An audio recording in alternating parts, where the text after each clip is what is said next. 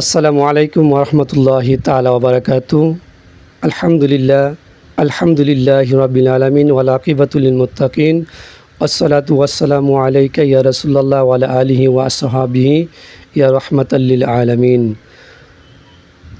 আপনাদের পরিবারের মধ্যে যদি কেউ সুস্থ হয়ে যায়, আপনাদের পরিবারের মধ্য থেকে যদি কেউ অসুস্থ হয়ে যায়, কেউ যদি রোগে শোকে ভোগে, তো আল্লাহ পাক রব্বুল আলামিন যেমনিভাবে যেমনিভাবে মানুষকে রোগ দেয়, তেমনিভাবে মুক্তির জন্য একটি রাস্তাও আল্লাহ পাক রব্বুল আলামিন খুলে দেন। তো আল্লাহ পাক রব্বুল আলামিন চিকিৎসার মাধ্যমে তার রোগের সফলতা পাওয়ার জন্য, তে সুস্থ হয়ে ওঠার জন্য আল্লাহ পাক রব্বুল আলামিন একটা ব্যবস্থা করে রেখেছেন।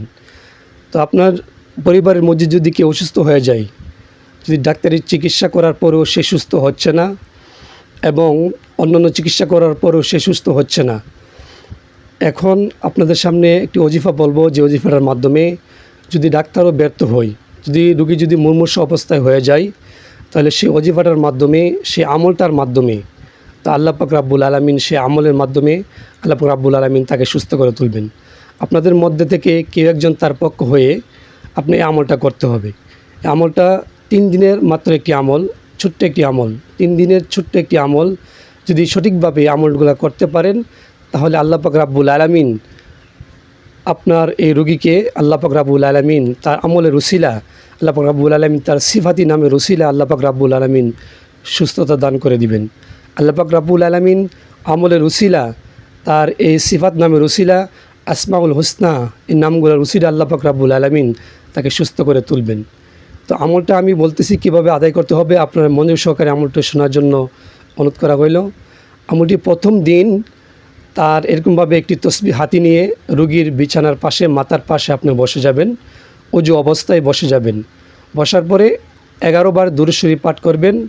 পাঠ করার পরে এরকমভাবে প্রথম দিন, দিনে অথবা রাত্রে, দিনে আদায় করতে পারেন, রাত্রে আদায় করতে পারেন। এটা দিনের বেলা হবে, রাত্রেবেলা হবে।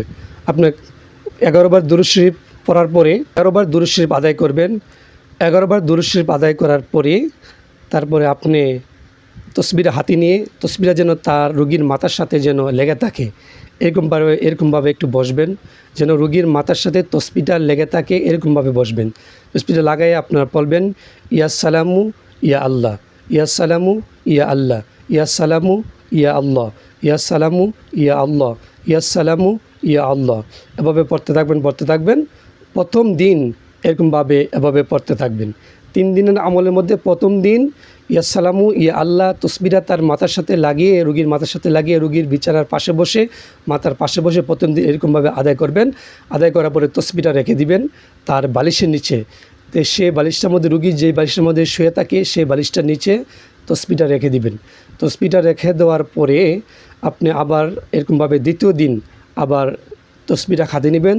তসবিহটা প্রথম দিন যেরকমভাবে আপনি রোগীর মাথার সাথে তসবিহটা লাগিয়ে আপনি এরকমভাবে যে ইয়া সালামু ইয়া আল্লাহ, ইয়া সালামু ইয়া আল্লাহ পড়ছিলেন, দ্বিতীয় দিনও ঠিক এরকমভাবে অথবা রাত্রিতে এরকমভাবে আপনি ইয়া সালামু ইয়া আল্লাহ, ইয়া সালামু ইয়া আল্লাহ আপনি এরকমভাবে দ্বিতীয় দিন আবার পড়তে থাকবেন। দ্বিতীয় দিন পড়ার পরে তসবিহটা আবার তার বালিশের নিচে রেখে দেবেন। আবার তৃতীয় দিন ঠিক এরকমভাবেই আপনি আবার তৃতীয় দিন এরকমভাবে আবার পড়তে থাকবেন, ইয়া সালামু ইয়া আল্লাহ, ইয়া সালামু ইয়া আল্লাহ। এরকমভাবে তসবিহটা যেন তার রোগীর মাথার সাথে লেগে থাকে, এবং পরে এরকমভাবে আপনি তসবিহটা এরকম বালিশের নিচে রেখে দিবেন। ইনশাআল্লাহ আজ্জা ওয়াজাল সেই রোগী প্রথম দিন পড়ার পরেই দেখবেন সেই রোগী অনেক উপকার পেয়েছেন, অনেক সুস্থ হয়ে উঠেছেন। এরকমভাবে যদি 3 দিন সঠিকভাবে আপনি আদায় করতে পারেন, আল্লাহ পাক রব্বুল আলামিন সেই রোগীকে সুস্থ করে তুলবেন, সেই রোগীকে আসান দান করবেন, সেই রোগীকে শিফা দান করবেন ইনশাআল্লাহ।